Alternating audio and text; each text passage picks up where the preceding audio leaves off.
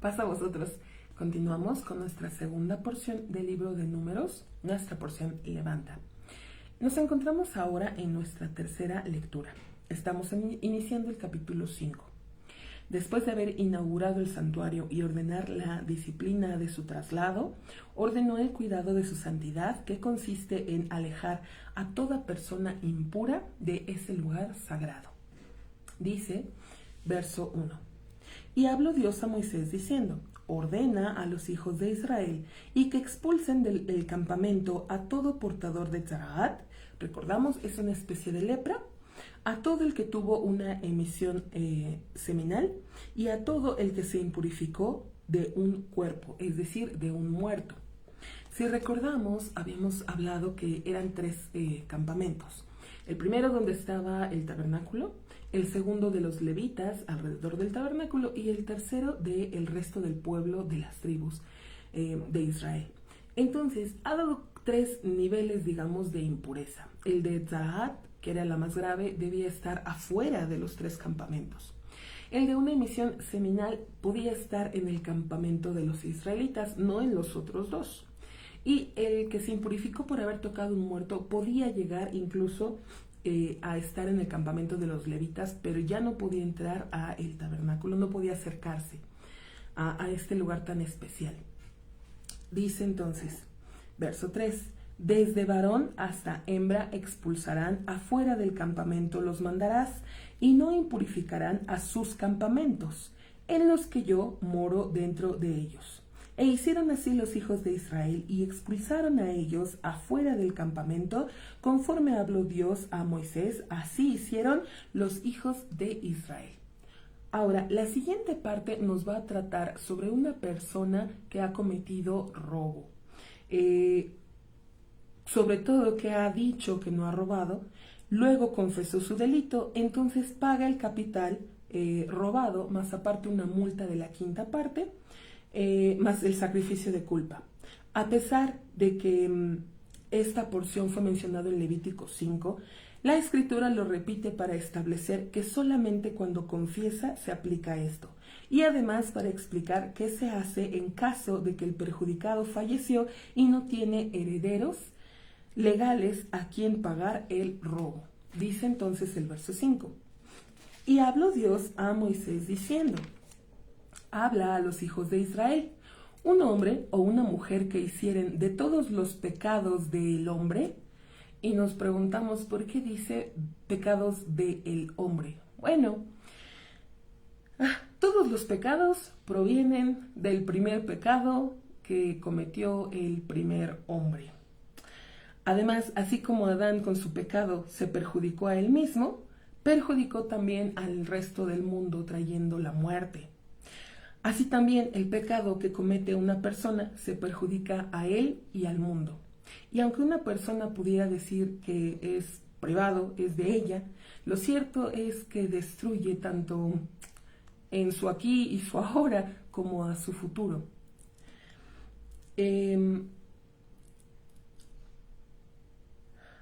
Aquí la Escritura nos enseña que este hombre que peca, pues que todos se consideran involucrados en ese daño y tienen la obligación y el derecho a evitarlo.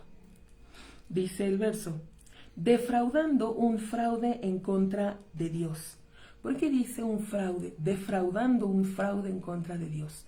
Ciertamente nuestro Dios se conduce con misericordia hacia nosotros, pero cuando uno defrauda a Dios o hace ese fraude, cambia, transgiversa para el propósito que fue hecho. Y entonces nuestro Dios, en lugar de mostrarse con esa misericordia, se va a mostrar con esa justicia hacia la persona. Dice, y fuere culpable la persona aquella, y confesarán a sus pecados los cuales hicieron. Y vemos aquí esta orden de confesar los pecados. Ojo, no confesarlos ante una persona, sino confesarlos ante nuestro Dios. ¿Por qué es necesario confesar un pecado? Nuestro Dios ya lo sabe. Porque ciertamente es necesario que uno mismo reconozca la culpa, sepa, reconozca, admita en lo que ha fallado y lo confiesa al Padre. Dice, la persona aquella y confesarán a sus pecados los cuales hicieron. ¿Cuánto daño y perjuicio provoca la persona con sus pecados? Sin embargo, a través del arrepentimiento, de la introspección, del retorno hacia nuestro Dios, puede eliminar ese daño, reparar y reconstruir lo destruido. Hay varias categorías de arrepentimiento. La más elevada es aquella persona que además de dejar de pecar, se acerca cada día más al Creador, sirviéndole con extrema devoción. Dice, y hará una restitución por su culpabilidad conforme al monto capital, y su quinto ha de añadir sobre este, y lo entregará al cual incurrió en culpa contra él. Es decir, de lo robado va a regresar el monto de lo que robó, ya sea el objeto, pero si no tiene el objeto, la cantidad equivalente, más aparte una quinta parte.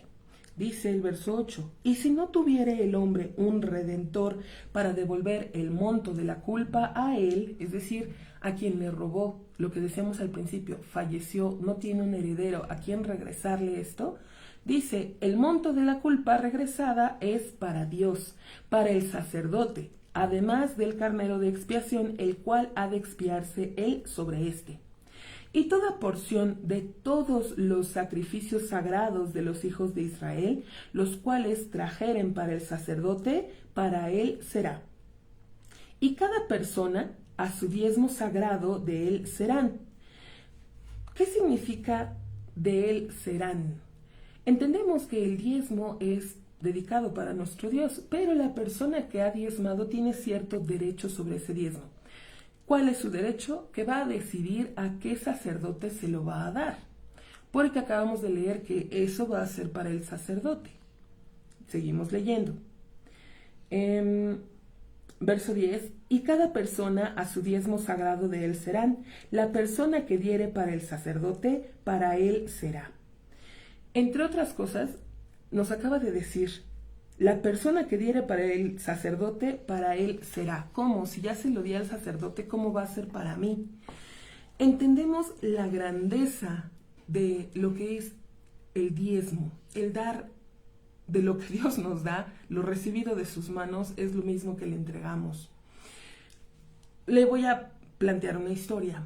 Un padre con su hijo van a la panadería y compran 4 panes.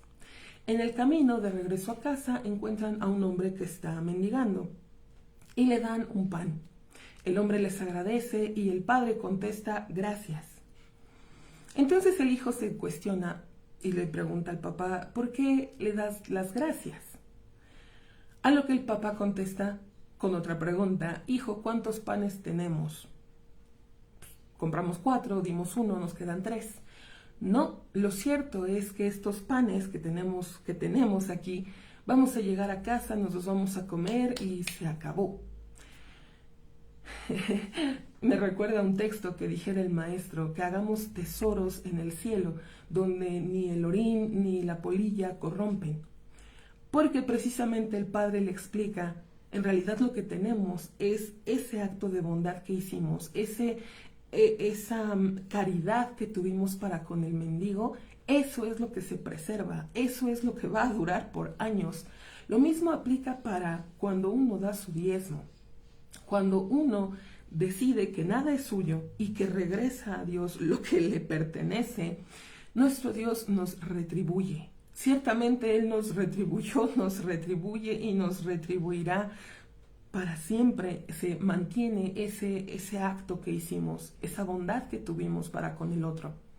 Sin embargo, cuando no aprendemos esta parte y pensamos que nosotros somos los que nos vamos a mantener, los que debemos tener todo ese 100% que es nuestro, bueno, nuestro Dios dice, ok, entonces lo que va a pasar, no quisiste dar ese 10, bueno, vas a vivir entonces únicamente con ese 10%. Lo que era destinado para ti se va a ir reduciendo al grado que vivas solo de ese 10% que tanto querías. Te lo vas a quedar y Dios te va a quitar ese otro 90%. Aprendemos todas estas enseñanzas de esta lectura tan hermosa. Y hasta aquí concluye nuestra tercera lectura. Si Dios permite, continuaremos más adelante. Pasa a vosotros.